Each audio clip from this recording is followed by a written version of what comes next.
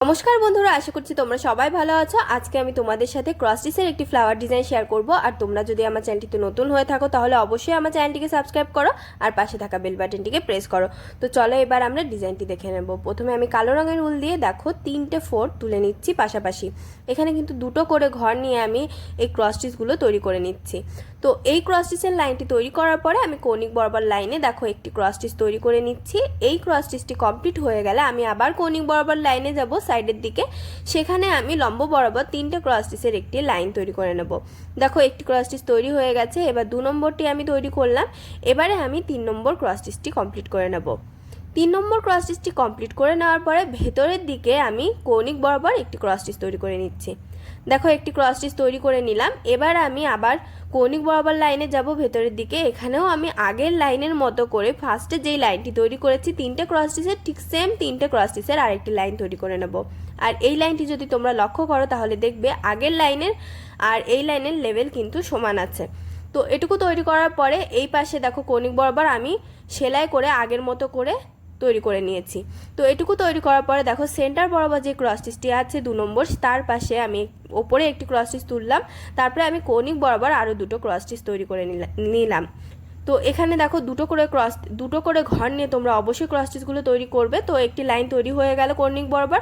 আবার দেখো ওপরে যেই ক্রস স্টিচটি আছে কৌণিক বরাবর, তার কৌণিক বরাবর আমি লাইন তৈরি করে নিচ্ছি কালো রঙের উল দিয়ে।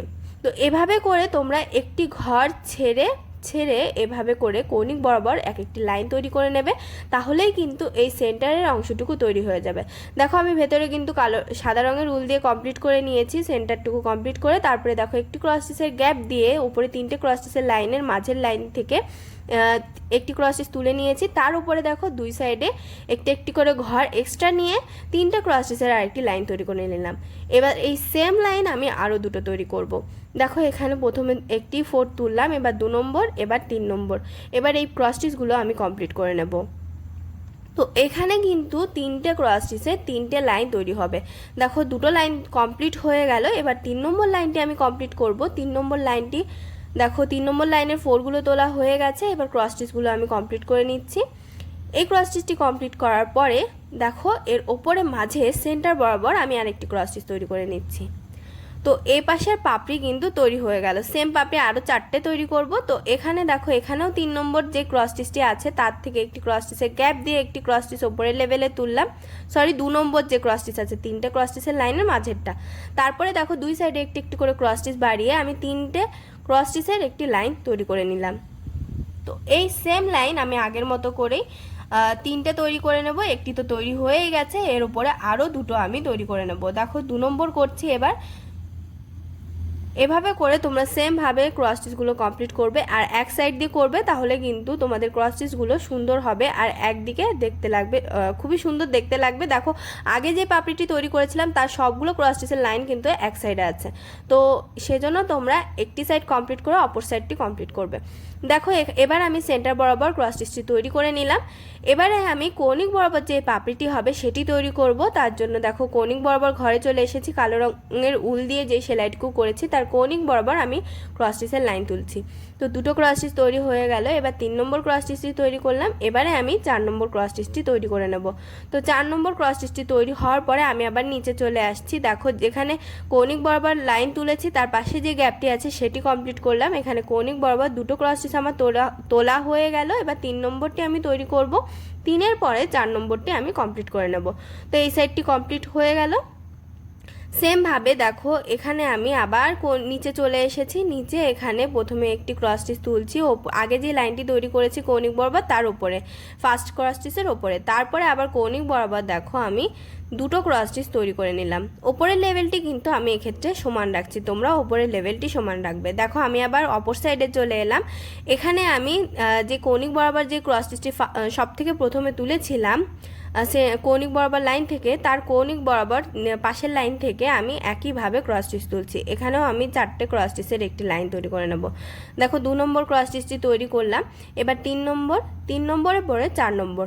আর ওপরে পাপড়ির দুই সাইডে কিন্তু লেভেল সমান থাকবে। দেখো এক সাইডের লেভেল কিন্তু আমি কমপ্লিট করে নিয়েছি, সমান আছে ওখানে। এই সাইডেরও কিন্তু লেভেলটি আমি সমান রাখবো। তো এবারে আগে কেবলমাত্র যেই লাইনটি তৈরি করলাম তার উপরে দেখো একটি ক্রস স্টিচ তুললাম। বা এটা তোমরা বলতে পারো 3টে ক্রস স্টিচের যে লাইন হয়েছে কালো রঙের তার কৌণিক বরাবর আমি মোট 3টে ক্রস স্টিচ তৈরি করে নিচ্ছি। তো দেখো এই পাপড়িটি তৈরি হয়ে গেলে সেমভাবে পুরোটা অংশ কমপ্লিট করে নেব। দেখো অনেকটা অংশ কমপ্লিট করে নিয়েছে, আর এই পাপড়িটি অনেকটা ছোট দেখাচ্ছে বলে আমি এই পাপড়িটিকে আর একটু বড় করার জন্য দেখো প্রথমে যে একটি ক্রস স্টিচ তুলেছিলাম তার পাশে দুই পাশে একটি একটি করে ক্রস স্টিচ আমি বাড়িয়ে দিচ্ছি। দেখো দুটো 4 কিন্তু আমি তৈরি করে নিয়েছি ক্রস স্টিচের দুই পাশে। এবার আমার এটি কমপ্লিট হয়ে গেল এই দুটো 4।